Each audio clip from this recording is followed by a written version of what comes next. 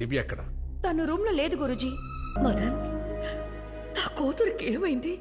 తను మళ్ళీ చంద్రముఖిగా మారి ఆ గదిలో ఒక పెద్ద కత్తితో ఎవరినో వెతుకుతూ ఉన్నారు. నన్ను చూడగానే కళ్ళు తిరిగి పడిపోయారు. నా కూతుర్ని తలుచుకుంటే నాకు భయం వేస్తుంది. నేను గుళ్ళో దీపం వెలిగించాను.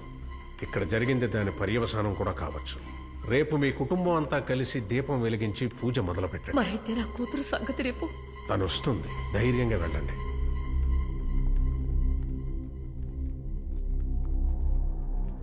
బాబు, రేపు మీరింట్లోనే ఉండండి. తను ఎవరిని వెతుకుతోంది, ఆ గదిలో ఏముందో తెలుసుకోవడానికి ప్రయత్నించండి.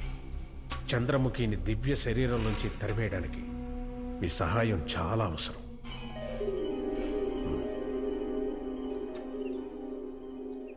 పూజ అయ్యే వరకు గుడి పక్కన ఏదైనా రూమ్ ఉంటే అక్కడే ఉండిపోదాం అనుకుంటున్నాను రా. నేను ఆ పూజారింట్లోనే సెటిల్ అయిపోదాం అనుకుంటున్నా. తమిళ పార్టీ అది డ్రైవర్ సీట్ లో. రండి అంకుల్, నా బండిలో వెళ్దాం. మా కార్ని మేం కాకపోతే ఇంకెవరు నడుపుతారమ్మా? నువ్వెందుకమ్మా డ్రైవ్ చేస్తున్నావు? నా కాళ్ళు నయమైపోయాయి కదా, అందుకే నేనే డ్రైవ్ చేద్దాం అనుకున్నాను.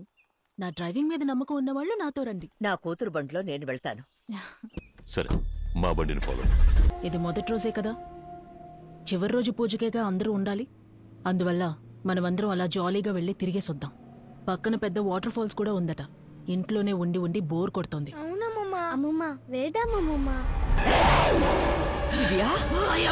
దివ్య, బండి ఆపమ్మా.